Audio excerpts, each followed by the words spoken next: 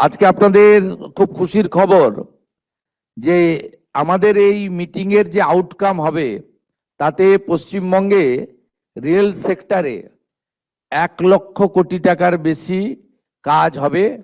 Honourable MR माननीय अश्विनी वैष्णव जी मुझे commit किया है, ये पूरा रुपया रेडी है, 1,00,000 करोड़ रुपया हम लोग तुरंत ये काम करूंगा।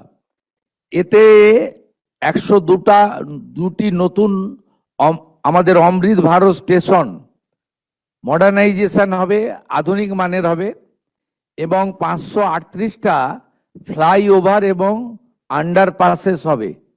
ইটস এ গ্রেট অ্যাচিভমেন্ট, একটা বড় অপরচুনিটি আমাদের ছিল। আগের সরকার রেল দপ্তরের সঙ্গে কথা বলেনি, রেলওয়ে মিনিস্টারের সঙ্গে যোগাযোগ করেনি। অনারেবল রেলওয়ে মিনিস্টার অনেকবার দিদেন সিএম কে চিঠি করেছেন, রেল বোর্ড চিফ সেক্রেটারিকে চিঠি করেছেন, বাট দে নট রেসপন্ডেড, মানে ওরা কোঅপারেট করেনি, চিঠির উত্তর পর্যন্ত দেয়নি। এবং আমরা রেসপেক্টেড মোদিজিকে আমরা থ্যাঙ্কস জানাবো। ডিউরিং ইউপিএ পিরিয়ড 2009-2014 পশ্চিমবঙ্গে মেট্রো এবং ভেরিয়াস রেলওয়ে প্রজেক্টে বেঙ্গল পেয়েছিল 4,380 কোটি টাকা।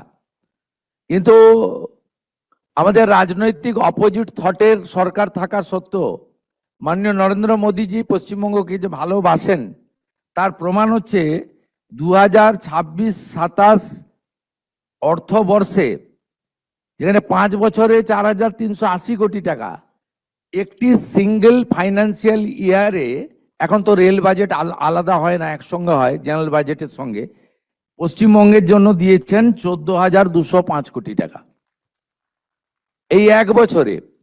এর সাথে পেন্ডিং রেলওয়ে প্রজেক্ট, তাতে যদি আমরা এনওসি দিয়ে দিই, ল্যান্ড প্রোভাইড করি, তাহলে আমাদের 1,00,000 কোটি টাকারও বেশি ইনভেস্টমেন্ট করার সুযোগ রেলওয়ে বোর্ডের, রেলওয়ে মিনিস্ট্রির এখানে পশ্চিমবঙ্গে আছে।